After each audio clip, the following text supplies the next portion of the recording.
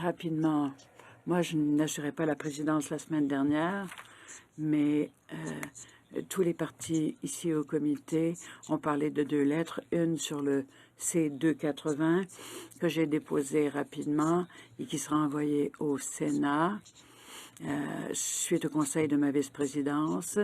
Tous les sénateurs seront visés, pas seulement le comité du Sénat saisi du C-280. Pour ce qui est du 282, j'ai reçu davantage de lettres. J'ai une ébauche ici, mais j'ai besoin de vos directives. Donc, vous avez tous eu la chance de prendre connaissance de cette lettre. Est-ce qu'on peut l'envoyer au Sénat? Vous êtes d'accord? Monsieur Barlow. J'en ai discuté avec les gens ici autour de la table et nous, conservateurs, ne pouvons appuyer l'envoi de cette lettre au Sénat pour 2 raisons. Je m'en tiens à ma première préoccupation. Ce projet-là n'a pas été étudié ici par ce comité. Il y a un paragraphe en particulier de cette lettre et M.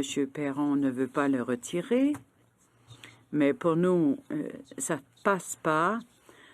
On parle de partenariat, on parle de traité avec l'Union européenne, on parle des ententes d'accès ou de gestion de l'offre avec les États-Unis. On parle ici de la gestion de l'offre, mais cela fait partie de la négociation de toutes ces ententes. Dire que le libre-échange, c'est mauvais pour le Canada, ça envoie un bien mauvais message. Si on garde le paragraphe dans la lettre, à ce moment-là, je vais demander qu'on passe à la mise aux voix, à savoir si on envoie ou non la lettre au Sénat. Est-ce qu'il y a d'autres commentaires? Monsieur Perron. Bon, j'apprécie les commentaires de John.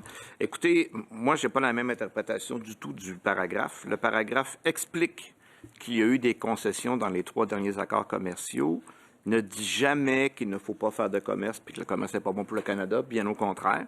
Tout ce que ça dit, c'est que dans le cadre des productions sous gestion de l'offre, ces concessions-là affaiblissent le contrôle d'un des 3 piliers, qui est le contrôle de ce qui provient de l'extérieur, et déstabilise le système qui finira par ne pas fonctionner. Si on enlevait ça, on enlève l'explication du projet de loi et on enlève l'argumentaire pour expliquer aux sénateurs qui doivent adopter ce projet de loi-là. Donc, moi, je vous demande de le conserver. On peut passer au vote si vous le voulez. Quand on a accepté d'envoyer la lettre pour C-280, que je trouve très important aussi en passant, là, pas parce que je trouve pas ça important, on a ajouté 282, puis on a eu un accord général. Donc, je pense qu'on serait capable d'avoir un accord général. Si on l'a pas, bien, procédons au vote, Monsieur le Président. Okay, thank you, Mr. Perron. Any other comments from colleagues? D'autres commentaires? Merci, Monsieur Perron. Donc, je vais accéder à votre demande, Monsieur Barlow, de passer au vote. Mais vous, tout d'abord, vous voulez qu'on enlève ce 2e paragraphe, c'est ça? On peut juste voter à savoir si on envoie la lettre ou pas. D'accord, c'est compris. Go ahead, Madam Clerk. Monsieur Drouin. En faveur, sinon. Monsieur Lewis. Yes. Madame Brière. Oui. Madame Tedderoy. Oui. Madame Murray. Oui.